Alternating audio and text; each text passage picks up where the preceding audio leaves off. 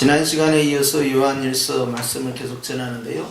요한일서에서 사도 요한은 말세에 살고 있는 성도들은 첫째로 조심해야 할 것은 세상을 조심해라. 그래서 육체의 정욕, 또 안목의 정욕, 이 세상의 자랑, 이런 세상과 관련 것들에 조심을 해야 한다 하는 부분을 강조하고요. 또 오늘 말씀에는 두 번째로 조심해야 할 것이 있는데 그것은 바로 적그리스도를 조심해야 한다 하는 내용입니다. 18절 말씀 보니까 아이들아 그랬어요. 지금 요한일서에 나오는 이 아이들아는 이제 청소년이나 또는 초등학생들을 말하는 게 아니라 신앙이 약한 사람들을 의미하는 것이죠. 그래서 나이가 많은 이 사도가 이제 성도들을 향하여서 아이들아 라고 이렇게 부르는데 이 속에는 애칭도 들어있죠. 그런데 여기에 보니까 지금은 어떤 때라고 되어 있습니까? 마지막 때라고 되어 있어요. 마지막 때인 이유가 있지요. 자, 그 다음 읽어보니까 시작. 적그리스도가 오리라는 말을 너희가 들은 것과 같이 지금도 많은 적그리스도가 일어났으니 그러므로 그랬어요. 그러므로 우리는 마지막 때인 줄 아노라. 자, 마지막 때라는 것을 어디에서 근거로 잡느냐 하니까 그것은 적그리스도가 출현을 했다. 적그리스도가 출현하면 그때가 마지막 때다. 이렇게 말씀하고 있는 거예요.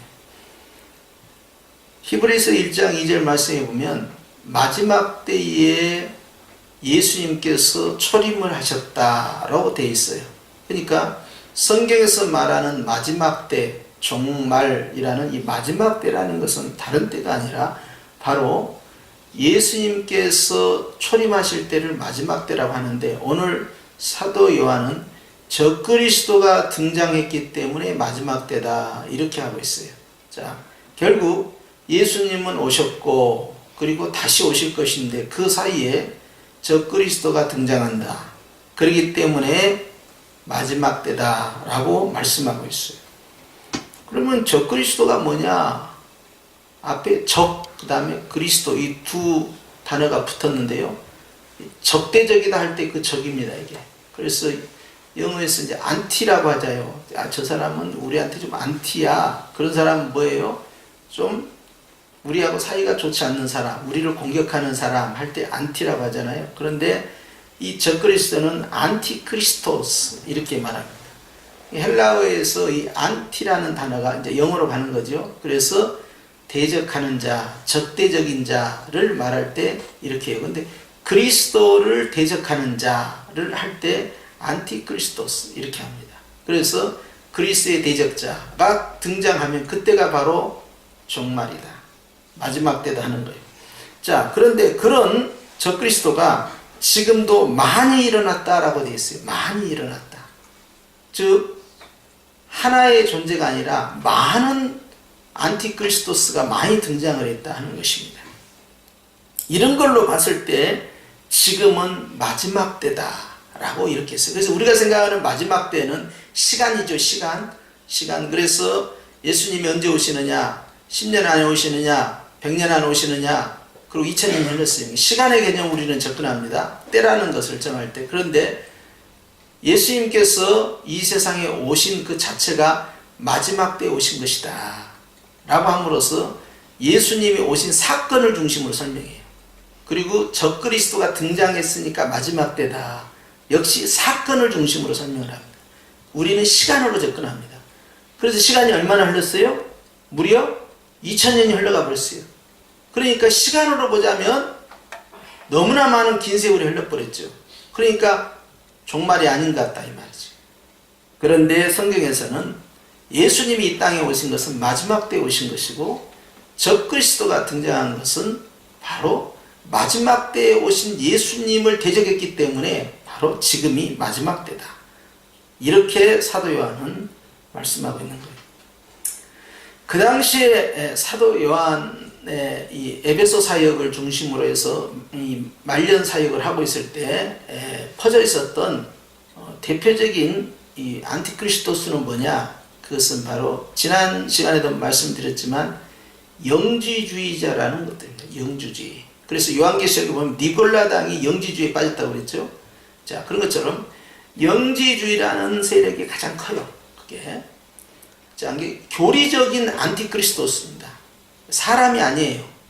근데 종말에 가면 이 안티크리스토스가 사람으로 등장합니다. 나중에 나오지만 지금은 교리적 안티크리스토. 그러니까 예를 들어서 공산주의 유물론, 자, 이런 것은 교회와 대적을 한단 말이에요.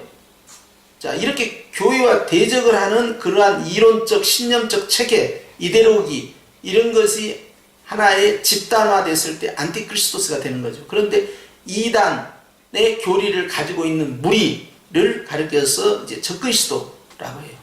근데 이것이 이제 종말로 가게 되면 이제 사람으로 등장을 하게 되죠. 그런데 특별히 이 영지주의는 어떤 이단을 특징을 가지고 있느냐, 22절에 보면 이런 내용이 있어요. 22절 보십시다. 시작.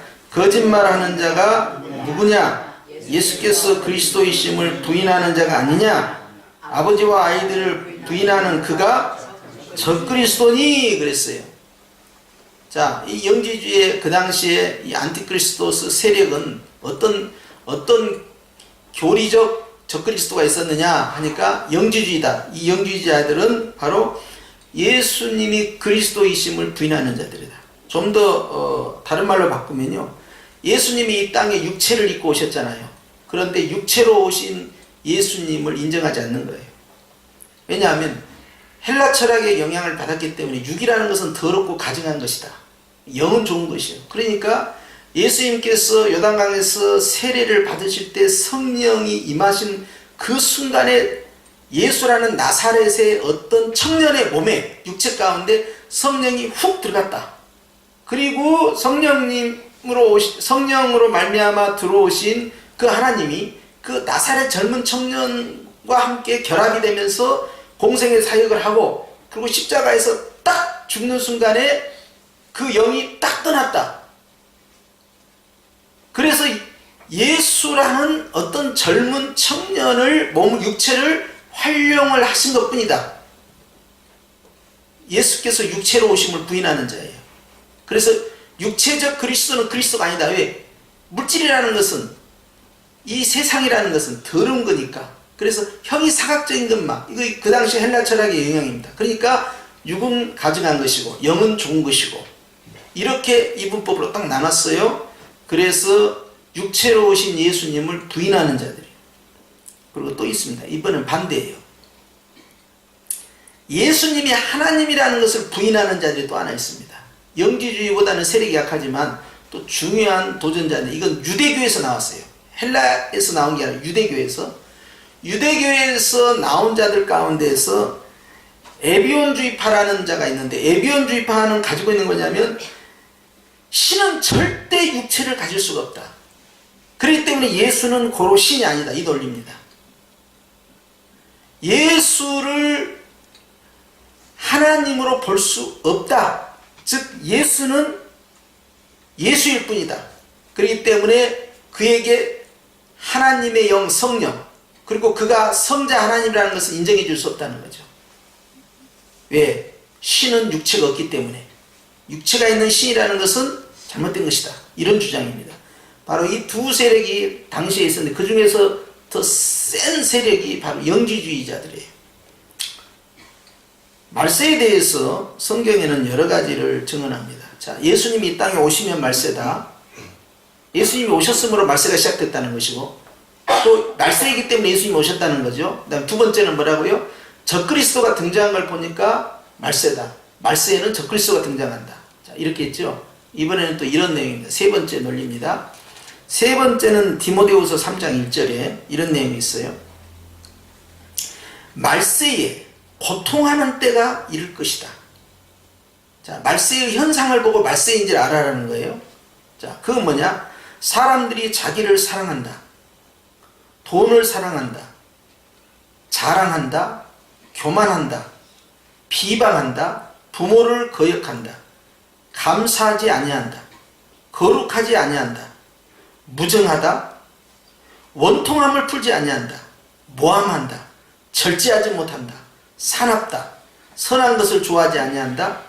배신을 한다, 조급하다, 자만하다, 쾌락을 사랑하기를 하나님 사랑하는 것보다 더한다.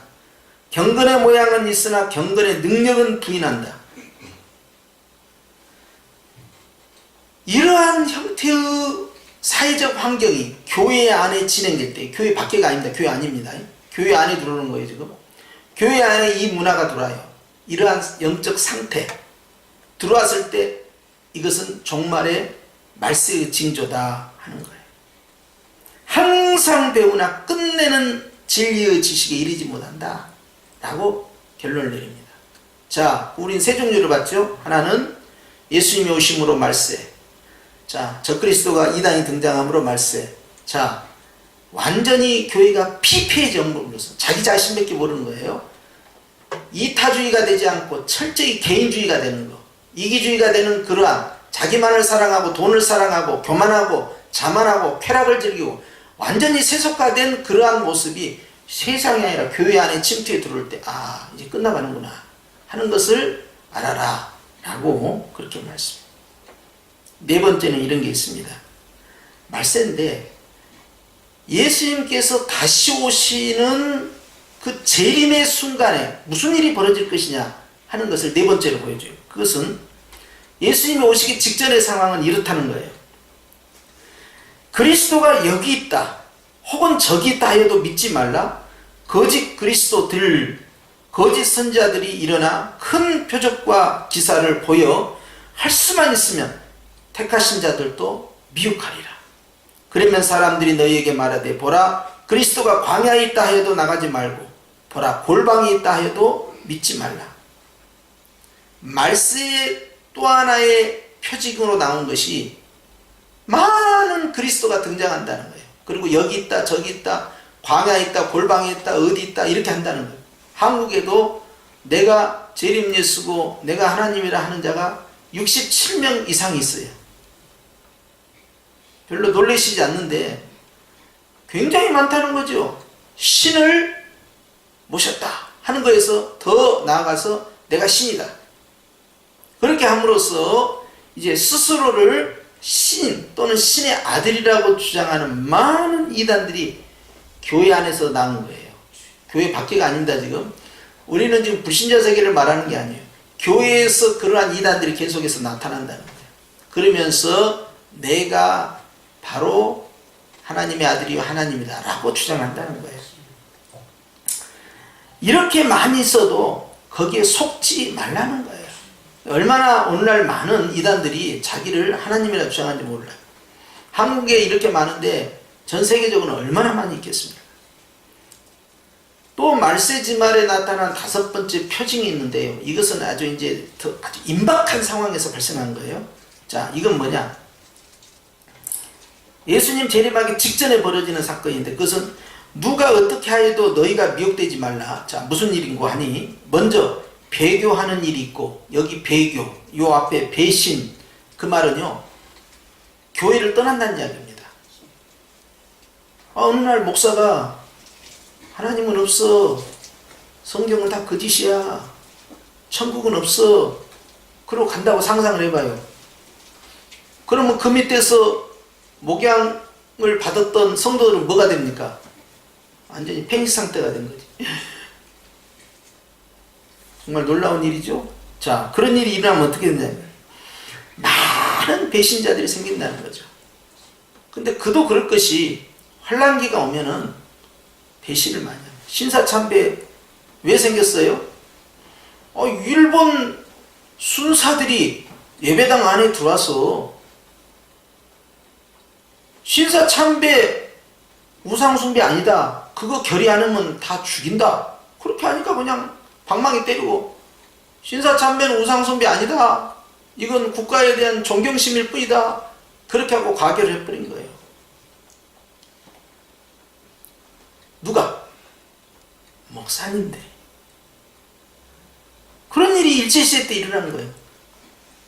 자, 여러분, 주기철 목사님 같은 분이야 끝까지 순교하면서 신사참배는 우상 숭배다 그렇게 해가지고 감옥에서 죽임을 당했지만 그런 분이 많냐? 많지 않다는 거예요. 오히려 배신하는 사람이 훨씬 많아요. 총칼을 갖다 대면 다 무너져 내리는 거죠. 종말에 가면 배교하는 일이 일어나고, 또 저 불법의 사람, 이젠 사람으로 갑니다. 아까는 이단, 교리적인 적그리스도가 나타났었잖아요. 이제는 점점점 어디로 가냐? 예수님 제임 들어가면 사람으로 특정지어서 나가요. 저 불법의 사람, 곧 멸망의 아들이 나타나기 전에는 그날이 이르지 아니하리니 사람이 등장해야 한다는 거예요. 그는 대적하는 자라. 신이라고 불리는 모든 것과 숭배함을 받는 것에 대항하여 그 위에 자기를 높이고 하나님의 성전에 앉아 자기를 하나님이라고 내세우느니라. 자, 신이 되었다. 누가? 마지막 적그리스도가 하면서 자기가 모든 종교를 통합하고 모든 문화를 통합하고 모든 정치를 통합하고 모든 군사력, 외교력을 다 통합하는 것. 이것이 바로 마지막 때의 적그리스도의 이 총괄적 통치가 일어나고요. 이것이 바로 요한계시록에 나타난 계시록 13장에 등장한 바로 그 적그리스도의 내용이에요. 그렇기 때문에 문화를 장악을 해요. 이 예수님 재림하기 직전에는 다종교 사회가 아닙니다. 딱 하나예요. 적그리스도, 즉 짐승을 믿는 종교 하나, 아니면 하나님을 믿는 종교 하나, 이걸 딱 끊어지는 거예요. 종교를 통합하고 그 다음에 어떻게 합니까? 군사력을 다 통치해요. 외교력을 다 통치해요. 그리고 이 666이 어떤 표현이냐면 이게 경제 표식입니다. 그래서 주고받을 수 있는 라이센스를 할 수 있도록 말이죠. 이제 이 인을 친다 그랬어요. 이마와 이 오른손에 인을 치게 되면요, 그걸 갖고 있는 사람만이 이제 매매, 비즈니스를 할 수가 있는 거죠. 누가 그 표를 받느냐, 그 라이센스를. 그것은 짐승의 우상에게 절을 한 사람에게만 그 증표를 줘요. 그리고 그 라이센스가 없는 사람은 어떻게 하느냐, 다 죽이는 거예요. 그러니까 이제 도망가는 것이죠, 광야로. 자, 그러면서 바로 마지막 시대의 적그리스도는 누구냐? 결국 이 바다에서 올라온 짐승, 계시록 13장에 나와 있죠. 오늘 이 데살로니가후서 2장에 나와 있는 바로 자신을 하나님이라 주장하는, 하나님의 성전 안에 들어와서 주장하는 자예요. 종교적 통합이 이루어지고요. 그리고 자기가 이제 만왕의 왕의 흉내를 내는 겁니다. 바로 이것이 이제 요한계시록에 나와 있는 내용들이죠. 결국 이단적 교리에서 발전해서 시대적 상황으로 전개되다가 시대적 상황이 특정 인물로 귀결되고 거기서 예수님과의 한판 승부를 내겠다는 거예요. 그것이 계시록 19장의 전쟁이에요. 자, 이렇게 적그리스도가 이제 초기 단계부터 또 중간 단계 계속 발전된 말기 단계까지 등장하는데, 예수님이 오신 자체가 말세고 적그리스도가 등장한 그 자체가 말세고 시대적 상황으로 타락했으니까 말세인데, 문제는 우리가 이 말세 가운데 살고 있다는 거예요. 그러면서 지금이 바로 그 마지막 때다. 18절에 그리고 우리가 마지막 때인 줄 아노라 하고, 바로 사도 요한은 이 종말의 사건이 벌써 시작되었다 하는 것을 주목하고 있는 거예요. 시간적으로는 2000년이 흘렀지만 지금이 바로 예수님이 곧 재림하실 그 말세라고 지적함으로써 얼마나 성도들이 치열한 영적 전투를 하며 살아야 되느냐 하는 경각심을 불러일으킨 거예요. 19절로 갑니다. 19절 함께 합독합니다. 시작. 그들이 우리에게서 나갔으나 우리에게 속하지 아니하였나니 만일 우리에게 속하였더라면 우리와 함께 거하였으려니와 그들이 나간 것은 다 우리에게 속하지 아니함을 나타내려 함이라 라고 있습니다. 이단은 즉 적그리스도 또는 이단, 다 동일한 지금 단어입니다. 이 적그리스도 또는 교리적인 이단은 교회 공동체에서 나가는 자들이에요. 스스로 나갑니다. 그러니까 분리하는 거예요. 분리시킵니다. 내부에 숨어있는 그 이단이 정체가 드러나서 결국 교회를 쪼개고 분열시켜 나가요. 이거 신천지 전략이에요. 근데 신천지는 어떻게든 분리를 시켜요. 그래서 우리 장로교 헌법에는 두 가지의 이 권징이 있어요. 그게 뭐냐? 그러면 교회를 나누는 자, 즉 분리하는 자와 그 다음에 이단에 속한 자는 출교한다. 이것이 권징사항이에요. 헌법상. 자, 그러면 이단에 빠진 자는 교회를 분리하고요. 교회를 분리한 자는 이단이라는 이야기예요. 그렇기 때문에 교회를 분리하는 자와 이단에 빠진 자는 동일하게 보는 거예요. 다시 말씀드려요. 교리적으로 하자가 없어도 교회를 분리시켜 나간 자, 분열시키는 자는 이단과 동일한 죄에 적용됩니다. 그래서 출교를 시켜요. 이 출교는 어떤 교회에서 정당하게 권증을 했잖아요. 이단에 빠졌다 권증을 했다. 또는 교회를 분열을 시켜서 훼손을 시켰기 때문에 교회의 권위로 출교를 시켰다. 마태복음 16장 19절에 주님께서 베드로에게 천국 열쇠를 주시면서 땅에서 묶으면 하늘에서 묶인다. 그 본색 그대로 쓴 거예요. 또 마태복음 18장 18절에서도 땅에서 묶으면 하늘에서 묶겠다. 그걸 그대로 쓰는 거예요. 그 교회의 권세입니다. 자, 교회가 아무개는 이단에 빠졌다. 그리고 아무개는 교회를 분열을 시켰다 하고 딱 출교를 시키잖아요. 그 의미가 뭐냐 하면 너는 그리스도와 너와의 관계, 포도나무와 가지의 관계가 끊어졌다 하는 말이에요. 너는 이제 더 이상 하나님의 자식이 아니다 그 말이에요. 얼마나 무서운 이야기입니까? 그래서 이 권증권은요, 출교시키는 것은요, 이 어마어마하게 무서운 거예요. 이것을 함부로 써서도 안 되죠. 그리고 이것을 딱 실행을 하는 순간에 이것은요, 하나님께서 그대로 받아버려요. 왜냐하면 약속이니까. 그러니까 정당하게 권증을 해버리면 그대로 받아버린 거예요. 이것이 굉장히 무서운 겁니다. 그래서 사도 요한이 이 요한 1, 2, 3, 4에서 강조한 것이 바로 이단입니다. 근데 이단은 뭐 하는 자들이냐? 이단은 교회를 분리시키는 자, 즉 교회에서 나가는 자들이 다 하는 거예요.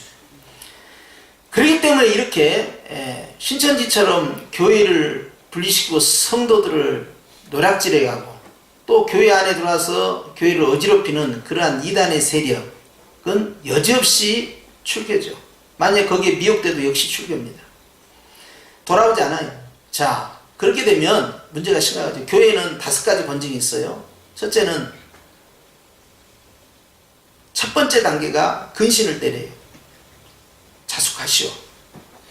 특정한 기간 동안 3개월, 6개월, 1년 근신하시오. 그 기간은 당회가 결정합니다. 두 번째는 직책을 정지시켜요. 장로도 아니고 권사도 아니고 집사도 아니다. 예배만 드리고 가라. 아무 일도 하지 마라. 예배 외에는 다른 거 허락지 않는 거예요. 세 번째는 뭐냐? 수찬을 정지시킵니다. 이게 뭐냐면 성찬에 참여하지 못하게 해요. 이것은 너는 곧 그리스도와 이 상태 계속 가서 회개하지 않으면 그리스도와 너와의 관계는 곧 단절된다. 그렇게 한 경고의 메시지예요. 이 성찬이 영적 의미가 그리스도의 분리를 첫걸음으로 들어가는 것이죠. 자, 네 번째가 제명을 시킵니다. 명단에 삭제를 해요. 너는 더 이상 우리 교회 성도가 아니다 하는 거예요. 제일 무서운 건 출교입니다. 출교를 때리면 우리 교회 성도가 아니라는 것을 뛰어넘어가서요, 결국 너는 모든 이 땅에 있는 지상의 교회, 네가 어떤 교회를 출석을 해도 너는 이미 영적으로 그리스도와 단절됐다고 선언하는 거예요. 교회가 이것뿐이야. 나 딴 교회 갈 거야. 그것은 자기 생각이요. 왜냐하면 성경에서는 용납하지 않습니다. 근데 권징이 정상적이지 않는다. 권징이 저것이 꼭 미운 짓거리만 해. 까시 노릇만 하고. 그러니까 넌 딱 걸렸어. 넌 죽었어 이제. 그렇게 해놓고 당에서 저거 맨날 까시 짓거리 하니까 저거 출교시켜보자. 그렇게 하고 감정적으로 출교를 한다. 그럼 아무 효력이 없어. 그렇게 해버리면. 하나님이 안 받으셔 이거. 그 권력을 남용한 거야. 그런데 정당한 절차에 따라 정당한 이유를 가지고 하나님 보시기에 합법적인 것으로 번증을 했다. 그것은요, 지상에 있는 어떤 교회에 내가 출석하는 거 아무 상관이 없어요. 그건 그리스도의 관계가 이미 단절된 거예요. 그것이 바로 교회의 권세입니다. 이게 얼마나 무섭습니까? 그래서 이단에 빠진 죄와 이 교회를 분리하는 죄, 이것이 바로 출교에 들어가고, 특히 이단에 빠진 죄, 그리고 교회를 분열시킬 때 고법죄로 들어가는 죄는요, 그 사함을 받지 못한다 했다 이 말이에요. 이게 심각한 거죠 이게. 오늘날에는요, 권징이 없어져 버린 세대가 돼버렸어요. 권징을 여기서 하려면 옆에 교회로 가버려. 장로교에서 하려면 침례교로 가버리고, 순복음에서 했다가 갑자기 감리교로 가버리고, 이동해버려. 권징을 안 받아들이는 거예요. 근데 권징을 남용하면 안 되고, 이것은 더 이상 성경과 헌법에 따라서 하나님 앞에서 권징을 반드시 할 이단에 속한 자다. 그리고 교회를 극심하게 근거 없이 분열시킨 자다. 그러면 바로 출교가 가능한 거죠. 이런 것을 아셔야 돼요. 왜 그러냐면 교회가 여가 교회다 라는 그 외적인 증거가 있어요. 외적인 증거 가운데 하나가 성찬입니다. 세례와 성찬이 있어야 교회예요. 그 다음에 말씀이 선포돼야 돼요. 그 다음에 세 번째가요, 권징이 반드시 있어야 돼요. 그것이 없으면요, 선교단체나 똑같아요. 그래서 선교단체에서 성찬식 하지 말라는 거예요. 교회가 아니기 때문에. 그것 때문에 선교단체하고 교회하고 티격태격 싸운 거예요. 선교단체가 교회냐 교회가 아니냐. 그럼 별도의 교회를 세우겠다는 거냐, 캠퍼스 안에. 그래서 갈등이 벌어진 거예요. 두 번째는 선교단체는 권징을 할 수가 없어요. 그리스도의 이름으로 세례를 줄 수도 없고. 그렇기 때문에 교회가 가지고 있는 세 가지 표식은, 이것은 세례와 성찬이 있어야 되고, 그리고 하나님의 말씀이 정확하게 복음이 전파돼야 되고, 세 번째는 권징이 있어야 한다. 이 세 가지를 교회의 이 외적인 표시로 그렇게 정리를 합니다. 자, 그러면서 우리는 이제 20절로 가게 됩니다. 20절 가보니까, 자, 이단에 속한 자들, 교회에서 분리해서 나간 자들, 자, 이런 자들에 대한 경고와 함께 20절에 이런 내용이 있어요. 시작. 너희는 거룩하신 자에게서 무엇을 받고 기름 부음을 받고 모든 것을 아느니라 그랬어요. 할렐루야. 참 수요일날 이 기름 부음에 대해서 또 설명할 줄은 몰랐는데, 자, 사도행전 10장에 보면 10장 38절에 이런 내용이 있어요. 하나님이 나사렛 예수에게 성령과 능력을 기름 붓듯 하셨으며 그가 두루 다니시며 선한 일을 행하시고 마귀에게 눌린 모든 사람을 고치셨으니 이는 하나님이 함께 하셨습니다. 자, 사도행전 10장 38절에 나타나는 이 기름 부음은요, 성령의 능력을 의미합니다. 그런데 신구약 성경에 나타나는 기름 부음은요, 첫 번째로는 왕이나 제사장이나 선지자를 세울 때 임직식 할 때 머리에다 기름을 부어요. 그게 첫 번째. 두 번째, 영적인 의미에서 기름을 붓는다 할 때는 하나님의 능력을 부어버린 것이 돼요. 그런데 세 번째가 있습니다. 그게 뭐냐? 오늘의 본문인데요. 이 2장 20절에 있는 이 말씀은 과연 무엇이냐? 이것은 27절과 연결되어 있어요. 27절을 한번 보십시다. 27절을 한번 찾아보면, 빨리 안 나오네요. 자, 읽습니다. 시작. 너희는 주께 받은 바 기름 부음이 너희 안에 거하나니 아무도 너희를 가르칠 필요가 없고 오직 그의 기름 부음이 모든 것을 너희에게 가르치며 또 참되고 거짓이 없으니 너희를 가르치신 그대로 주 안에 거하라. 여기에는요, 2장 20절과 2장 27절에 있는 기름 부음은요, 성령의 능력이 아니고, 따라합시다. 성령 하나님. 유일하게 말이죠. 다른 부분에 있어서는 이제 성령의 능력을 나타내요. 그런데 이건 성령 하나님 나타나요. 성령 하나님 그 자신을 나타내요. 그래서 이사야서에서 그리스도의 메시아에게 말이죠, 여호와의 신이 이마에서 기름을 붓는데요, 그 부분도 마찬가지예요. 그러니까 전체 문맥을 봤을 때 이 20장 여기에는요, 바로 성령 하나님이 등장, 27절 때문에 그러죠. 바로 연결되어 있어요. 성령 하나님께서 임하시기 때문에 아무것도 너희를 가르칠 필요가 없고 오직 그의 기름 부음이, 즉 성령께서 너희에게 모든 것을 너희에게 가르치고 또 참되고 거짓이 없으니 너희를 가르치신 그대로 주 안에 서라. 이렇게 나와요. 자, 이것이 요한복음 14장에 나옵니다. 요한복음 14장 26절과 요한복음 16장 13절에 각각 등장하는데, 14장에 보면 보혜사 곧 아버지께서 내 이름으로 보내실 성령, 그가 너희에게 모든 것을 가르치고 내가 너희에게 말한 모든 것을 생각나게 하죠. 즉 성령이 임하였을 때는 생각나게 하고 가르쳐 주신다는 거예요. 또 16장 10절도 마찬가지로 성령 하나님께서 우리를 가르쳐 주신다 하는 걸 내용을 강조하죠. 결국 요한일서 2장 27절에 있는 말씀과 같이 이 오늘 본문에 있는 이 20절, 이것은 거룩하신 자에게서 기름 부음을 받았다. 이 거룩하신 자를 아버지로 해석할 수도 있고, 아버지 하나님, 그 다음에 성자 하나님, 즉 예수님으로 적용할 수 있어요. 근데 그 거룩하신 자에게서 기름 부음을 받아서 내가 뭐가 됩니까? 성령을 받았으니, 거룩한 영이 임하였으니 내가 거룩한 자가 돼버린 거예요. 그러니 하나님이 거룩한 즉 너희도 거룩하라. 주님이 이렇게 말씀하셨죠. 자, 이것은 거룩하신 자가 기름을 부음으로써 그 거룩함이 나에게 그대로 전이가 되는 것이죠.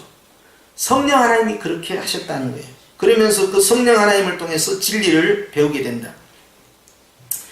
성령의 기름 부음을 받게 된 20절의 이 내용 21절로 가서 이렇게 나타납니다. 시작. 내가 너희에게 쓰는 것은 너희가 진리를 알지 못하기 때문이 아니라 알기 때문이요. 그랬어요.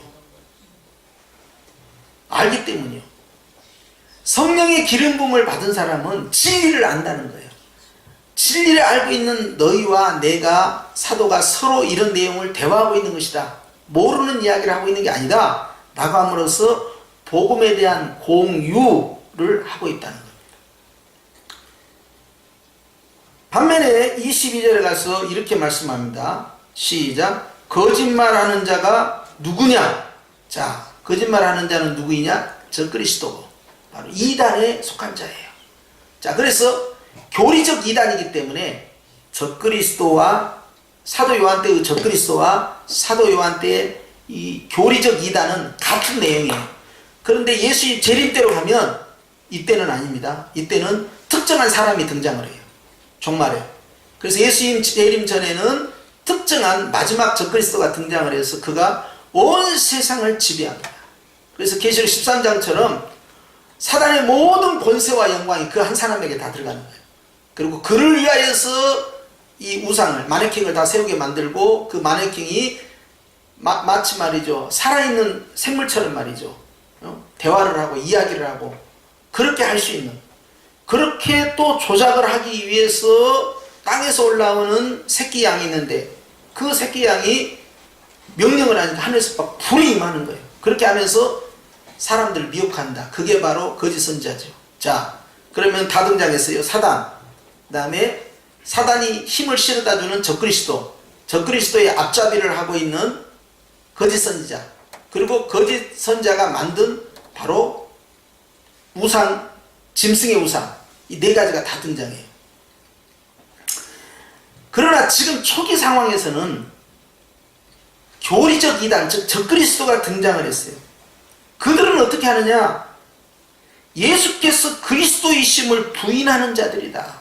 그러니까 예수님의 이 땅에 육체를 입고 이 땅에 오신 것을 거부해버려요. 우리가 지금 생각하면 저 사람들 왜 저런다냐 그런 생각하잖아요. 근데 그 당시에는 이게 심각한 문제였어요. 대단히 심각한 문제. 왜? 그 당시에는 로마 시대지만 언어도 헬라어를 썼어요.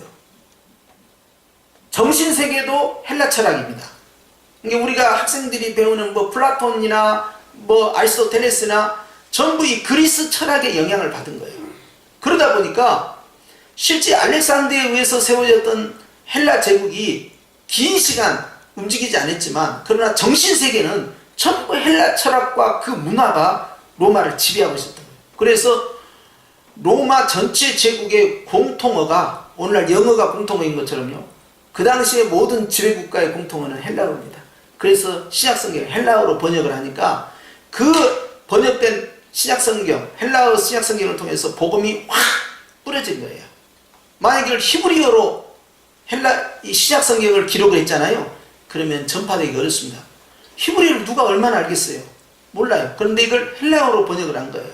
헬라어로 기록을 하는 순간에 모든 세계 사람들이 다 볼 수 있잖아요. 그렇게 해서 신약성경을 확 뿌려버린 거예요. 그냥. 나중에 구약성경도 히브리어인데 이것도 헬라어로 바꿔버립니다. 그렇게 해가지고 그것으로 복음 전파해서 이게 언어를 뛰어넘어야 되는 거죠. 자, 그렇게 해서 복음을 전파하는데 그리스도이심을 부인한다. 예수님이 육체로 이 땅에 오신, 아까 영주주의 말한 것처럼 또 이 유대교에서 올라온 사람들은 예수님의 신성을 또 부인하는 자들이에요. 자, 이런 이단들이 있고요. 사도 바울 개인에게는 네가 사도냐? 네가 언제부터 사도야? 넌 사도 아니야. 네가 예수님 제자 아니잖아. 그리고 왜 율법을 지키지 마라 그래? 율법을 지켜야지. 율법도 지키고 예수님도 믿고 그래야 되지. 왜 율법을 폐하냐? 이것 때문에 사도 바울이 굉장히 스트레스를 받았어요. 자, 그런 상황 속에서 사도 요한은 이 문제와는 좀 별개입니다. 예수 그리스도의 신성과 인성을 부인하고 있는 교리적 이단들에 대해서 바로 그가 그렇게 말하는 자가 적그리스도다, 그렇게 강조하는 거예요. 23절 봅니다. 시작. 아들을 부인하는 자에게는 또한 아버지가 없으되 아들을 시인하는 자에게는 아버지도 있느니라 그랬어요. 자, 이건 뭡니까?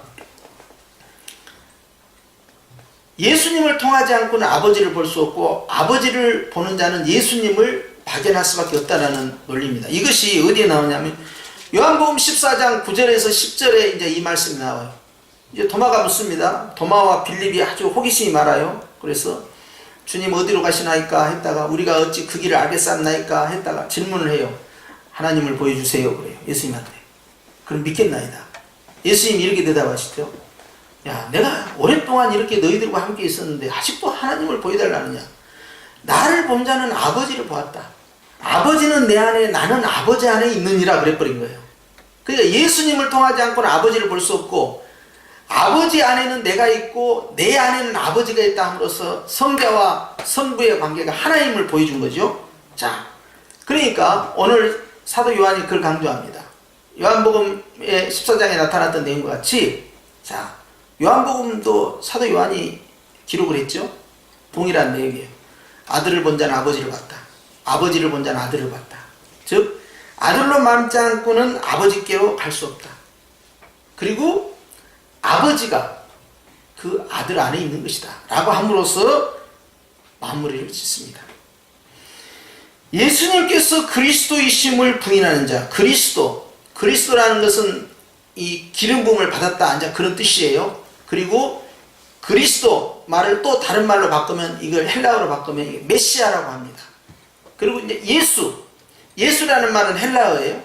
예수라는 말은 구원자다 그 뜻이에요. 그런데 이것이 히브리어로 가게 되면 여호수아가 돼요. 여호수아. 그러니까 우리가 모세의 후계자 여호수아 있죠. 이 여호수아를 헬라어로 번역하면 예수아가 돼요. 자, 그렇게 해서 여호수아, 예수 전부 구원자라는 뜻이에요. 자, 메시아, 그리스도 이것은 기름 부음을 받다는 뜻이에요. 그래서 헬라어, 히브리어를 각각 쓰는데 바로 적그리스도는 이 그리스도를 대적하는 자인데 예수님이 그리스도라는 사실을 요한은 밝히는 거예요.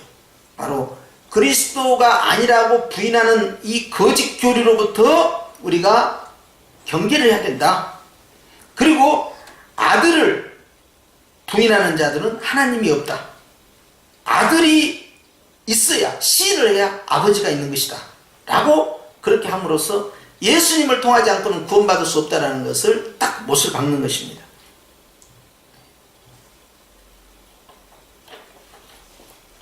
잘 들었습니까?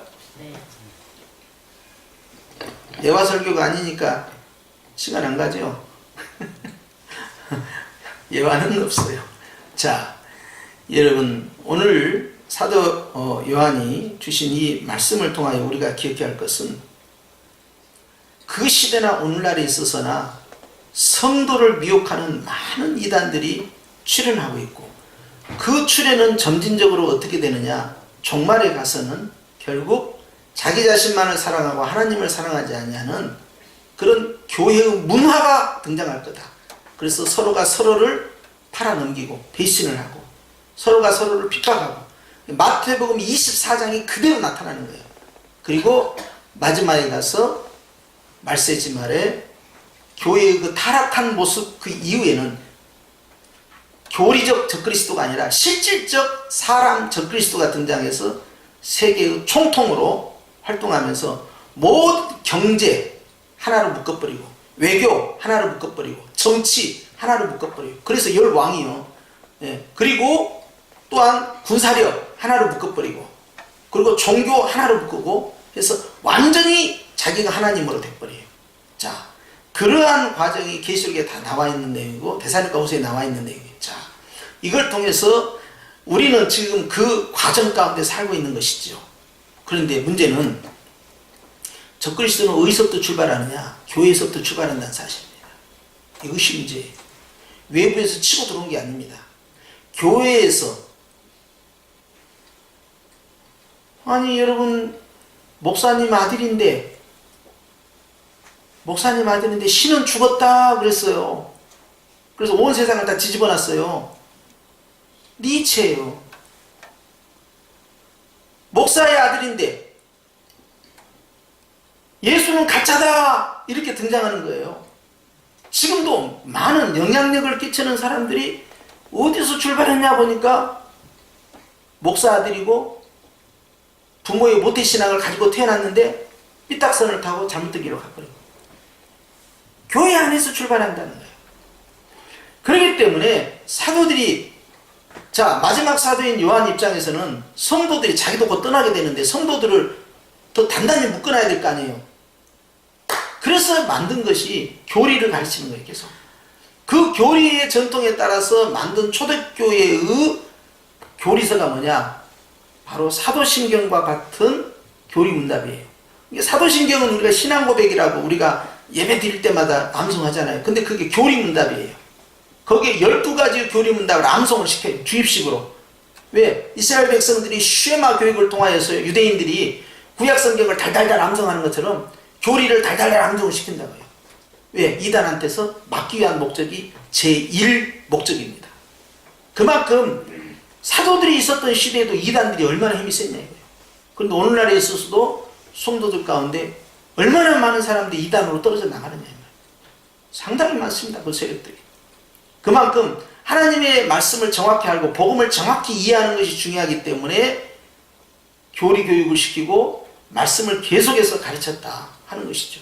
그런데 이런 교리적 이단을 이제 교회 안에서 시작됐다면 더 나아가서 그리스도를 부인하고 나는 하나님 모릅니다, 그런 시대가 온다 이 말이죠. 믿는 사람들 가운데서. 이것이 심각한 문제예요. 보십시오. 예배당의 예배는 뭐 하는 데입니까? 예배당의 목적은 하나지요. 성사하며 하나님께 예배드리는 거예요. 그런데 예배를 무시해버려요. 하나님을 믿지 않으니까 예배를 소홀히 하게 됩니다. 어떻게 합리화시킵니까? 내 마음에만 있으면 되는 거 아니요? 이렇게 이제 합리화를 시켜요. 처음부터 바로 배신하지 않아요.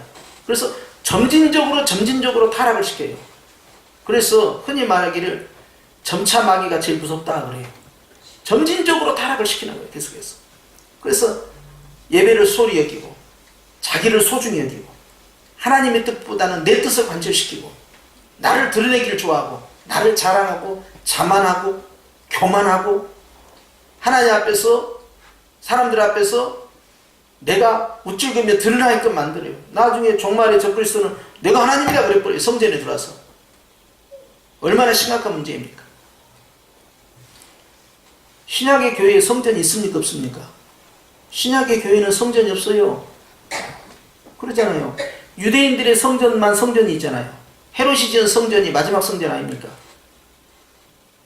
사도 요한이 헤롯 성전을 말했겠습니까? 아니죠. 유대인 성전이 아니에요. 그러면 교회는 성전이 아니에요. 그럼 무엇을 말하는 거냐? 각자의 심령과 각자의 육체가 하나님의 성전입니다. 즉 우리의 사상과 우리의 마음 가운데 우리의 육체적 삶 가운데 내가 하나님이다, 나를 조종하고 나를 조종을 해요. 그리고 나를 좌우로 흔들어대요. 지시한 대로 살아라고 해요. 그렇게 통치하는 자가 생긴다는 거예요. 그가 바로 머리죠. 누구냐? 적그리스도라는 거예요. 그래서 내 마음대로 못 살아요. 종로를 하는 거예요. 그가 하라는 대로 하는 거예요. 그런 세상이 오게 된다. 그래서 전부 다 짐승의 육류기표를 받게 된 이유도 결국은 조종을 당하는 거예요. 그리고 끝나는 것이죠. 근데 감사한 것은 계시록 13장을 볼 때마다 웃음이 나오는 게 뭐냐면 계시록 13장의 중간에 보면 너무나 기쁜 소식이 있어요. 생명책에 그 이름이 기록되지 않는 자만 우상에게 숭배한다. 이것이 복음이에요. 그러니까 내 의지를 갖고 아니 나는 배짱이 두둑해, 그러니까 나는 짐승에게 우상 숭배 안 할 거야, 어떤 환란이 와도 그것이 아니고 생명책에 기록된 자는 그 개인의 담력과 상관없이 하나님이 우상에게 숭배하지 못하도록 막아주신다는 거예요. 그래서 성령으로 인침을 받은 자는 끝까지 가는 거예요. 이것이 놀라운 사실. 그래서 계시록 13장에 그것이 복음입니다. 근데 그것을 딱 놓치잖아요. 계시록 13장 읽을 때요, 무서워서 못 살아요. 그래서 아이고, 야 지금 뭐 666 짐승표 받으면 안 된대, 베이비칩 받으면 안 된다, 야 여기에 말이야 뭐 생체 이식해가지고 칩 들으면 큰일 난다, 야 거기에 사람들이 홀라당 미혹돼 버린 거야. 이것이 하도 교계에 펴지니까 몇 년 전에 총회에서 베리칩이나 생체칩 이런 것은 성경적인 것이 아니다, 성경에서 말하는 666표 아무 상관이 없다라고 총회가 결의해서 발표까지 했다고. 미혹된 거예요. 그것은. 이게 그것을 문자적으로 받아들이는 거야. 손에다가 생체 인식을 집어넣고 이거 가지고 나를 다 조사하고 끌고 다닌다. 옛날에는 어떻게 했어요? 신용카드에 그거 바코드가 있고, 음식 가게 가면 바코드가 있는데 그거 다 666이라고 그거 말이야. 바코드 붙어있는 거 그런 거 사면 안 된다고 한때 난리가 났어요. 그것 때문에. 다 그런 속은 것이고요. 자, 계시록 13장에 하나님의 복음이 그 속에 들어있더라 하는 거예요. 그래서 너무 그게 기쁜 거죠. 말씀을 정리하겠습니다. 우리는 교회 안에 언제든지 교회를 분열시키고 교회를 이간질시키고 성도들을 빼앗아가려는 이단들이 우는 사자 마귀와 같이 말이죠, 굶주린 사자처럼 성도들을 노리고 있다 하는 거예요. 왜 노릴까요? 가치가 있어서, 가치가 없어서? 가치가 있어서 그런 거예요. 하나님 보시기에 보물이거든, 성도 한 사람 한 사람은. 근데 한나라 보물과 같은 이런 성도들을 어떻게든 노략질해서 할 수만 있으면 미혹을 해서 끌고 가려는 거예요. 그런데 감사한 것은 성령 하나님이 지켜주시더라 하는 거예요. 그러므로 교회는 각성을 해서 하나님 말씀을 붙잡는 훈련에 집중해야 된다 이 말이에요. 알아야 뭐 면장하죠. 아니 이단이 와가지고 당신 예수님 믿습니까? 당신 믿는 복음이 뭡니까? 당신 언제 구원 받았습니까? 당신은 종말에 성령의 인침을 받았습니까? 14만 4천 명에 들어갔습니까? 예수님으로부터 구원의 인침을 받았습니까? 당신 지금 이 시간에 죽은다면 천국 갈 수 있습니까? 아 참, 나 목사님한테 물어보고 올게요. 이래 뿌리면 큰일 나는 거예요. 그게 무슨 말 같지도 않은 소리냔 말이에요. 당신 여기 앉아, 지금부터 나하고 성경 공부하는 거야, 이렇게 해야 되는데 그럼 어떻게 해야 됩니까? 내가 가르친 데 한번 와봐. 그렇게 해가지고 신천지들이 끌고 가는 거야. 가가지고 거기서 자 6개월 동안 우리 여기서 열심히 성경 공부하면은 진리를 알게 된다고. 그래서 종말의 인치자가 된다고. 그렇게 해서 홀라당 데려가 뿌고. 아이 세상에 성도들만 뭐라고 하는 데가 아니야. 그 가운데는 목사들도 그리 미혹된 사람이 있어요. 아이고 내가 속이 터져요. 도대체 아니 어떻게 목사가 미혹이 될 수가 있습니까? 도대체 신앙을 어떻게 까니? 기가 막힌 일이야. 그리고 편지까지 보내. 나는 대한연수교 장로에 소속한 목사로서 진리를 알았습니다. 그리고 전국에다 편지를 보내. 또 그거. 그러니까 가끔 여기 우표 안 붙이고 온 편지들이 있는데 현관에 가면 우체통에 한 달에 한 번 이상은 꼭 신천지 애들이 넣어놓고 가. 이메일은 또 어떻게 했겠는데 내 이메일로도 또 들어와. 별의별 사람들 많아요. 아니 몇 년 전에는 총신대까지 와가지고 시위를 했잖아요. 그래서 내가 피켓 들고 나왔고 그 사람들하고 싸웠잖아요. 희한한 사람들이에요. 여러분, 우리 성도님들은 잘 모르시지만 영적 세계는 아직도 치열하답니다. 그리고 교리적인 이런 이단들의 공격은요 아직도 많아요. 그래서 오죽했으면 목사님들이 공부를 다 일일이 가르치지 못하고 교리에 대한 확신을 시키는 많은 시간이 걸리고 개인의 또 인지하는 능력이 한계가 있기 때문에 가장 간단한 방법이 뭐예요? 이상한 말을 하면 아예 상종하지 마라. 만나지 마라. 이단이라고 낌새가 들면 무조건 대화하지 마라 했던 이유가 그거예요. 그런데 그것이 목사님들이 가르친 것이 아니라 사도 요한이 그렇게 가르쳐요. 그런 사람들과 교제하지 말고 인사하지 말고 가까이 하지 말라고 또 가르쳐요. 그러니까 왜 그래? 그것이 제일 간단하고 가장 빨라요. 그게 오죽했으면 그렇게 했겠어요? 그러니까 여러분 사도신경 암송할 때마다 그걸 건성건성 하시면 안 돼요. 야 이것이 다 우리 전신갑주 보호막을 채우는 그런 교리적 갑옷이구나 생각하고 야 이게 소중한구나 하고 암송을 막 하셔야 돼요. 아셨죠? 아멘. 자 오늘 여러 말씀이 나갔는데 우리는 오직 그리스도를 시인하는 자요, 예수가 그리스도요, 예수 안에서 우리는 하나님을 이미 만난 것입니다. 아멘. 그리고 우리가 그 하나님을 향하여 이렇게 부르죠. 아빠, 아버지다. 그 아버지 앞에서 오늘 우리가 예배를 드리고 있는 거죠. 여러분 마음 가운데 바로 예수님의 크신 사랑이 임하기를 주님은 축원합니다. 기도하십시다.